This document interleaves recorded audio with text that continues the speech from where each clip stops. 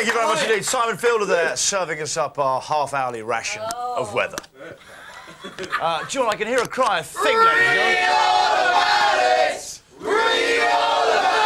gentlemen. You just moved your lips then. You didn't actually mouth the words. You're getting lazy, aren't you? No, I did. I saw you going to sort of join in. That's classic. OK, here we go. Express. This is head by Uncle Sid Waddell, ladies and gentlemen. You know, every schoolboy has a hero. Yes, indeed. Right, My Nightmare by cleared soccer boss. This is David Jones, who lost his job as Southampton football manager, talks of his relief of being cleared of child sex abuse charges. On Monday, the papers, quoting the prosecution, read the headline, "Dark Secret of Shamed Football Boss." So there we go, now he's cleared a little bit later. Sling mud, but it's good to see him being publicly, they're publicly announcing his clearing like that. Normally it doesn't get quite as much publicity, does it? Always like page 7, a little item like that. In fact, everything we said on Thursday was not true. Let's go to the Mirror. In 1829, the whole of Monday's paper was a work of fiction. Love the editor. The Mirror. In 1829, inventor George Stephenson launched the world's first train, the Rocket, which travelled at 36 miles an hour. In the year 2000, it took Brian Reed 22.5 hours to travel from John O'Groats to Land's End, an improvement of 1.7 mile an hour in 171 years. Well done. Ladies and gentlemen. I don't know if any of your teachers... we're getting there, we really are. If any of your teachers today ask you to define the paradox of progress, there it is, right there on the front page of the Mirror. The paradox of progress, ladies and gentlemen. Let's enjoy that. That word. Progress. Oh, it's progress. Buy more, it'll give you a more progressive life, you know what I mean? Yes. Essentials, must have, essentials. It's an essential oil, it's essential for your life. What? Must have, it's a must have. Yes. It's a necessity now. You have this luxury item. It's a must have. Sorry. Essentials for men. Oh, this is essential to my life. The war's over, Johnny. They dropped the big one. OK, here we go. You've gone mad. Elvis has left the building. Sooner or later, you're going to have to deal with that. What? OK. What's wrong with you? Nothing. Let's go to the Sun. Bah, humbug. Royal servants are furious over plans to axe their cut-price staff bars. One said being allowed to have a drink on duty is one of the few perks left at the palace, and this will bring morale to a new low. There we go. Drunk staff is a happy staff. It's absolutely true. Certainly works down here at the breakfast. And also a picture of Stan Collymore there, making a joke about the fact that he was beaten up in a nightclub by putting his plaster all over his face with the sign, "Ouch." Jolly good visual gag that is too. OK, I'm going to get in there, ladies and gentlemen. Yeah. It's what I do. Sex drug to help tackles. A rugby, this is in the Super Soraway Whopping Sun today. A rugby team is giving its players a Chinese sex potion in a bid to get promotion. Aberayon, top of the Welsh Division 1, paid £2 grand for a supply of herbal Viagra to take before matches. It's a bit odd, isn't it? Coach Chris O'Callaghan swears by it and believes it will increase players' staying power on the pitch. It's quite intimidating for the opposition. You go over a game of rugby and 15 guys come on and they're just slightly aroused. No, I'm just saying. It's all very suspect, isn't it? Because It is. They all scrum down. Stan, how would that affect you if you're up against a guy and they've all got, as known in the trade, a semi? I don't know how it would work. There'd be a kind of... Well, yes. Do you see what I mean? But all on a sex, would it put you off the rugby if you're playing with 15 randy rugby players? I think it would tackle you in a maul or a ruck situation. Yes. It'd be a... Yeah. Yes. Yeah. Fill the rest in. You could have trouble with your tackle. Exactly. Is that what you're saying? That's what I'm saying. I'd like to be in the centre of that scrum down. I bet you would. Of course you would. Suddenly I like rugby. You'd like to be right in the eye of that storm, wouldn't you? But I just think it'd be a bit odd as they all go, heave, and some of the rugby players are going, oh, yeah. Oh, by crikey, yes.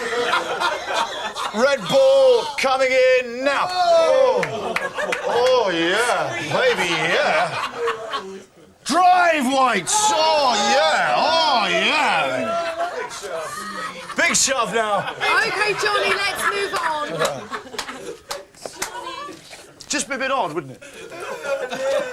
My grandson is studying 10 GCSEs and he's interested in becoming an archaeologist. So, a letter in the Telegraph. Which A-level should he take and what should he do then? No need to take A-levels. You want to be an archaeologist, just start collecting badges for your hat now. That would be my advice to you. That's first tip. Second tip, choose one pair of jeans now and discard all the others. By the time you're qualified, they'll be perfectly shabby and very tight around that crotch. Essential for an archaeologist. Also, stop shaving. So maybe start that ridiculous facial hair now, very popular amongst archaeologists. Practice getting a bit of bubbling spit on your bottom lip while you talk. It just needs to kind of go like, what are they called, a slinky. Kind of like that as you talk. Plunge your fingernails in soil like that before going to bed every night. Just get that right underneath. Other tips I've got, practice leaning on a spade and saying, "Oh, thirsty work this, who fancies a pint of Parsons Knob?" I say this old piddle's a bit cloudy this morning. Oh, thirsty work.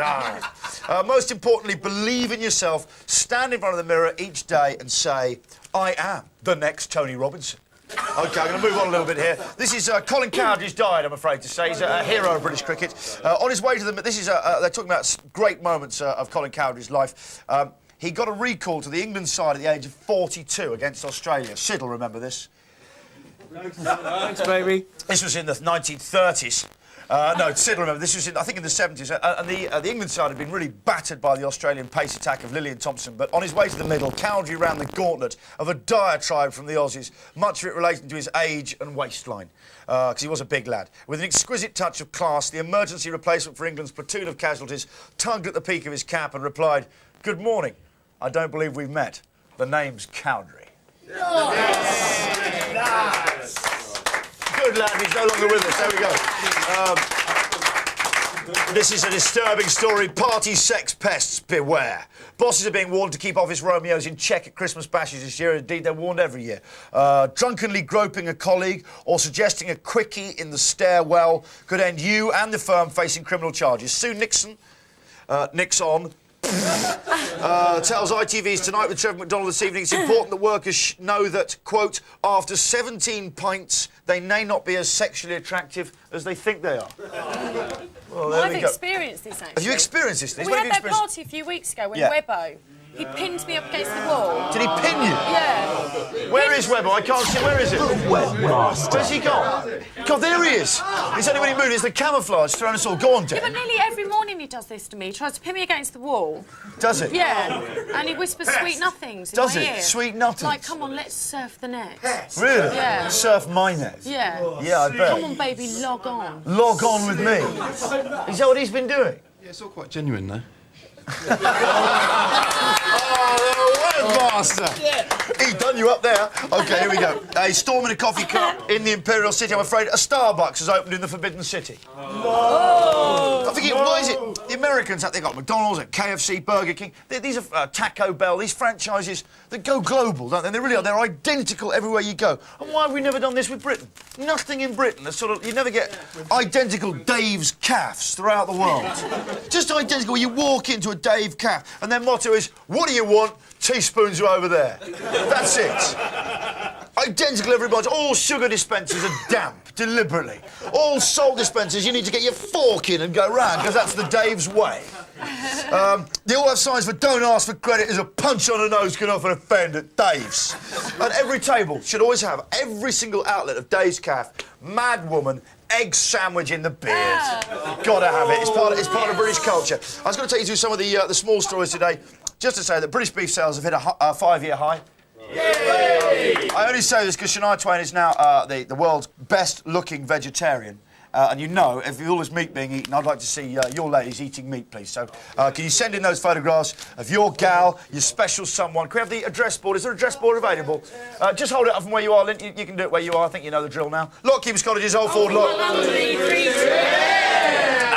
And it's Beef Eater of the Year is the competition we're doing there. These are just some of the... I can't believe they're still telling us these things in the papers. I'm going to go through these today because they just strike me as so unbelievably dull. They're almost worth a mention. Kids understand high-tech gadgets better than their parents do. Train profits are plummeting. And lastly, this is unbelievable. This is in the Mirror. I think we've got it still. Look at this. Who's all set to wed her guy? Well, I don't know. That's a tricky one, isn't it? Should we all have a think about that? Who's set to wed her guy? I don't know. The black strip across the eye has completely thrown us. Unbelievable. Yes, by the teeth, you'd know it's Jimmy Tarbuck. And lastly, There is, I'm not going to read it out to you, but look, this is a great article this morning in The Telegraph, not The Guardian. And it's just a very interesting account that Georgina Rowe describes a bizarre encounter with a serial killer in Ukraine. This was the chap who ate loads of the cannibal in the USSR. This woman's gone to meet her. He recalls the grisly details of his murders as he was reading from a menu. Then Georgina asked him if he'd like to murder me. He smiles and says, "Yeah, to be honest, I would." Which is an extraordinary account and well worth reading this morning. Do you know what? It's time for the pun down with the fun down, ladies and gentlemen.